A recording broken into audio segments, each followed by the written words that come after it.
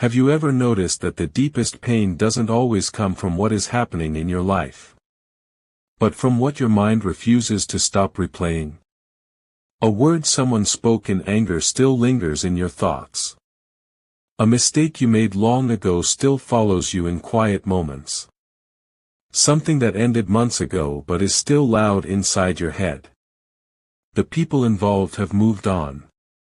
Time has moved on. But somehow, a part of you is still trapped there. Still holding on to a moment that no longer exists anywhere except in your memory. And slowly, it becomes clear. We are often not carrying the past itself. We are carrying our refusal to let it fade. Today's story is about two men, and a single event that happened on an empty road during a journey. For one of them, it was only a brief encounter. But for the other, it became something he could not stop thinking about. What was once a moment in time turned into days of inner struggle. This story reveals something we all experience but rarely admit, how easily the mind can turn a passing moment into a lasting burden. So stay with this story until the end. Because what you are about to hear might help you understand something important. In New York City, Eli and Jacob were two Orthodox Jewish men both deeply committed to their faith. They had grown up in the same community, attended the same schools, and over the years, built a friendship that was shaped by shared beliefs, discipline, and tradition. Yet, despite their similarities, there was always a quiet difference between them. Eli carried his faith with a sense of flexibility shaped by compassion. Jacob carried his with strict precision, careful not to cross even the smallest boundary he believed was sacred. One early morning, they set out together on a long drive from New York to Pennsylvania for a community gathering. The road was calm, stretching endlessly ahead like a straight line through silence.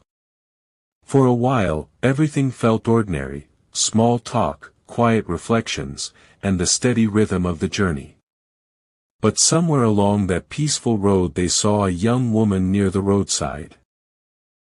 She had fallen, struggling to move, clearly injured, and alone. There were no houses nearby. No other cars. Just silence, distance, and time working against her. Eli immediately stopped the car. Without hesitation, he stepped out and rushed toward her. Jacob followed, but slower, his steps heavier, his mind already conflicted. Because in Jacob's understanding of his faith, physical contact with an unrelated woman was not something to take lightly. Even in moments of urgency, he believed boundaries still stood firm. But the situation in front of them did not wait for belief. The woman was weak, barely able to stand. And every passing second mattered. Eli made a decision in that moment out of urgency. He carefully lifted her with caution, ensuring she was supported, and guided her into the car. Jacob stood still, watching. Torn between what he believed was right, and what he feared might be necessary. They drove her to the nearest clinic without wasting another minute. And by the time they arrived, help finally took over. And the woman survived. The drive continued after that, but the silence inside the car felt different now. It was no longer the calm silence of two friends sharing a journey. It was heavier. Jacob stared out of the window as the landscape passed by, but his mind was no longer on the road. It was stuck at that exact moment, the fall, the urgency, and Eli lifting the woman without hesitation. He kept trying to understand it. Not just what happened, but what it meant. Was Eli wrong? Was he right? Eli, on the other hand, said very little. He focused on driving, occasionally checking the road ahead, acting as if the moment had already been filed away in his mind and closed. But for Jacob, nothing was closed.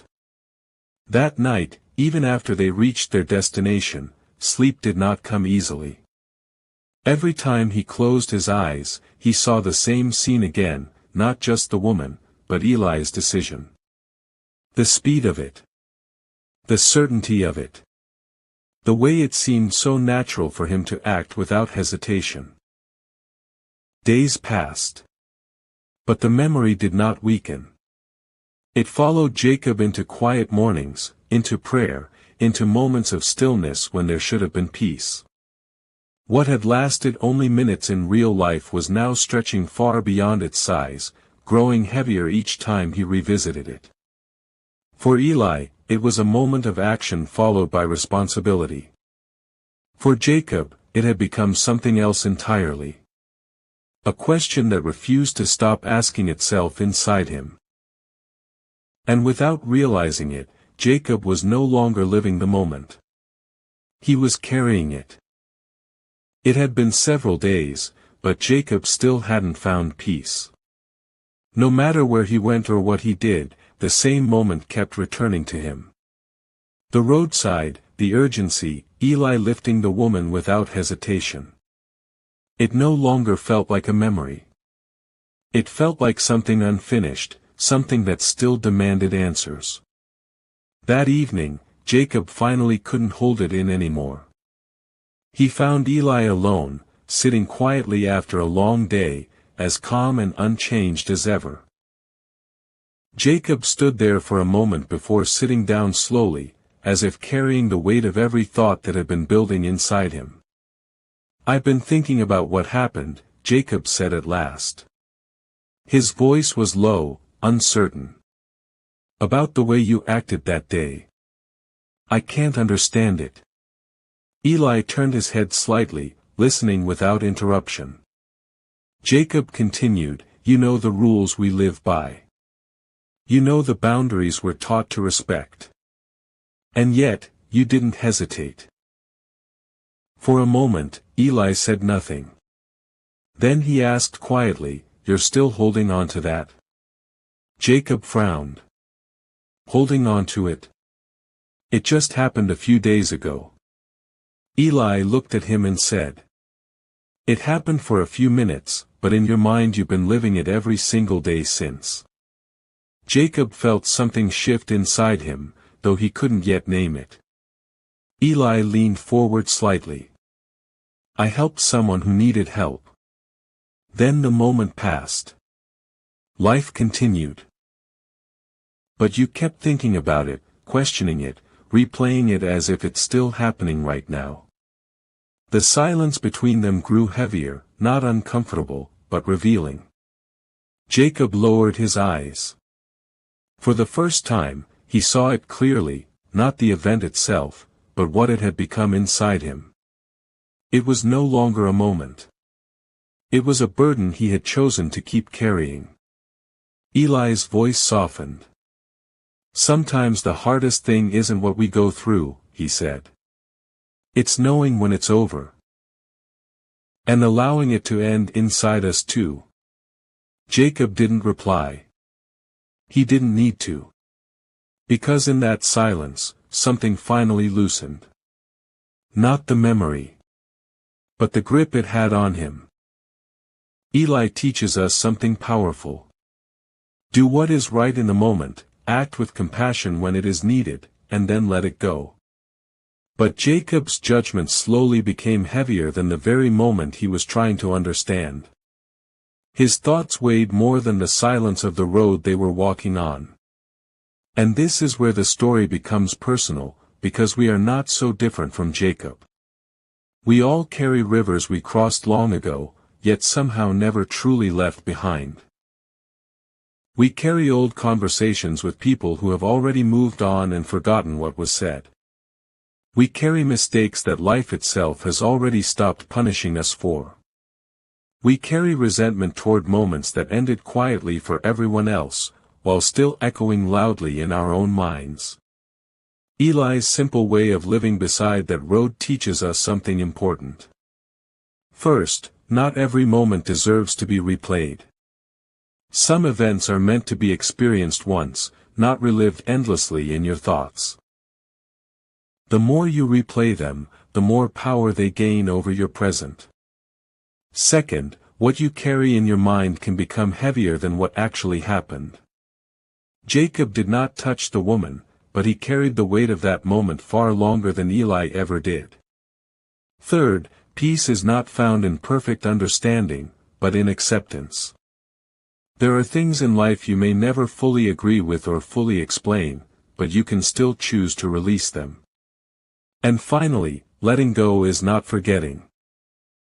It is simply refusing to let yesterday occupy the space meant for today. Because just like Jacob standing in that memory long after it had ended, we often remain mentally stuck in moments life has already moved past. In the end, this story is not really about Jacob or Eli. It is about us. Because the truth is, most of us are not suffering from what is happening right now, we are suffering from what is already over. We replay conversations that no longer matter. We revisit mistakes that cannot be undone. We hold on to moments, words, and memories long after they have finished their purpose in our lives. And without realizing it, we turn our minds into places where the past keeps happening again and again. But life was never meant to be lived backwards.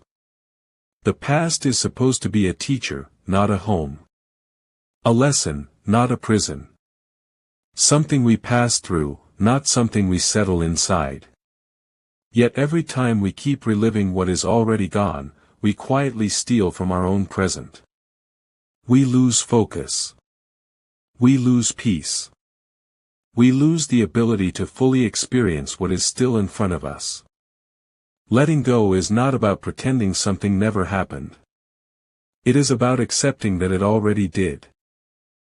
And choosing not to suffer through it twice. Because every moment you spend replaying yesterday is a moment you are not living today. And slowly, without noticing, life moves forward without you fully in it. You cannot build a peaceful future with a mind that is still living in the past. And the most powerful step you can take is simply deciding to put it down. Now I want you to be honest in the comments. What is one memory from your past that still has a hold on you? If this story touched you, please like and share it so it can reach someone who is silently carrying what they don't need to carry anymore. And subscribe to our channel to keep walking this journey together. I will be back soon with another story like this. Until then, stay patient. Remain grateful, and keep moving forward in life. And always remember, peace begins the moment you let go of what was meant to be left behind.